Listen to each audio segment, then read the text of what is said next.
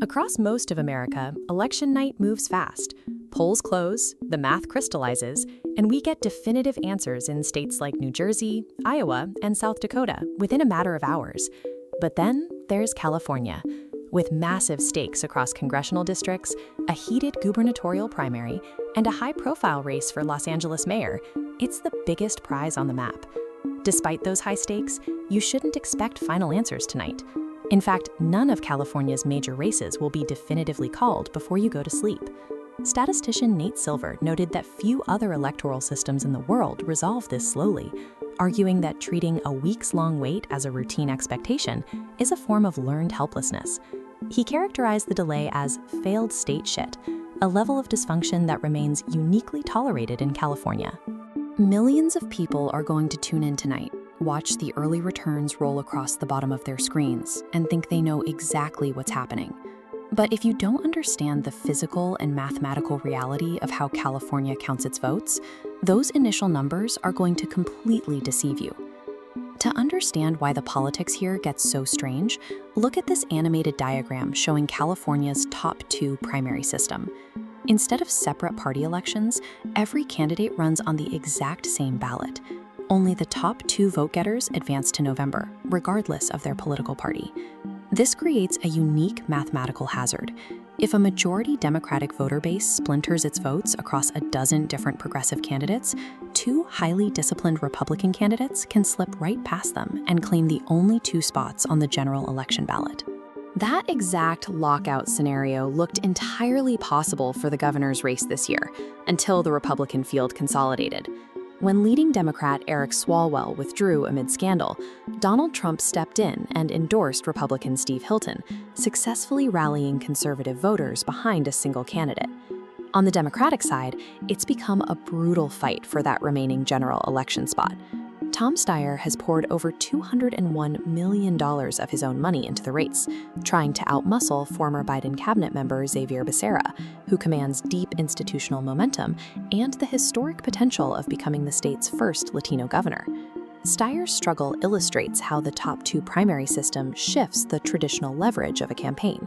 When the rules allow two members of the same party to eliminate everyone else, the raw mechanics of consolidation and withdrawal often carry more weight than the scale of the spending. Down the ballot in Los Angeles, the city's nonpartisan rules are generating even weirder campaign tactics. Incumbent Democratic Mayor Karen Bass is facing intense backlash following her administration's response to the catastrophic wildfires that leveled entire residential neighborhoods in January. That vulnerability opened the door for Republican reality TV star Spencer Pratt.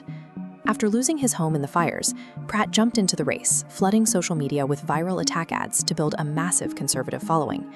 But the most aggressive ads attacking Pratt aren't coming from his actual rivals. They're coming from labor groups tightly allied with Karen Bass. They are spending millions on commercials warning voters that Pratt is far too conservative for Los Angeles.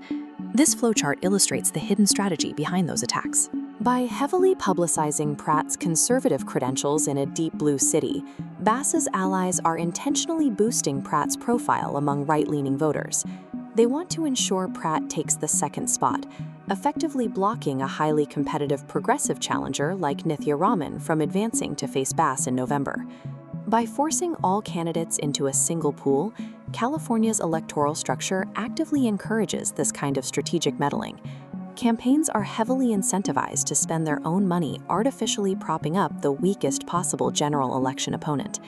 The bizarre campaign strategies eventually collide with the state's physical voting infrastructure. California is massive, and it relies on a system where nearly every active registered voter receives a mail-in ballot by default. This creates a severe divergence in how different demographics cast their votes. Statistically, Republican voters tend to fill out and return their ballots early, while Democratic voters heavily skew toward dropping their ballots off at the very last minute. This time series line chart tracks the vote count starting on election night, and it visualizes what we call the red mirage. Because those early Republican ballots are processed first, the initial numbers reported on television will show conservative candidates with massive, disproportionate leads. But as the timeline pushes forward into the days and weeks following the election workers begin processing the millions of late-arriving mail-in ballots. As those are counted, the blue trend line slowly and steadily rises to intersect and eventually overtake the early red spike. California elections are no longer a single-night event. They are a protracted, mathematically predictable trend. If you want to know who actually won, you have to ignore the election night mirage and wait for the long-term data.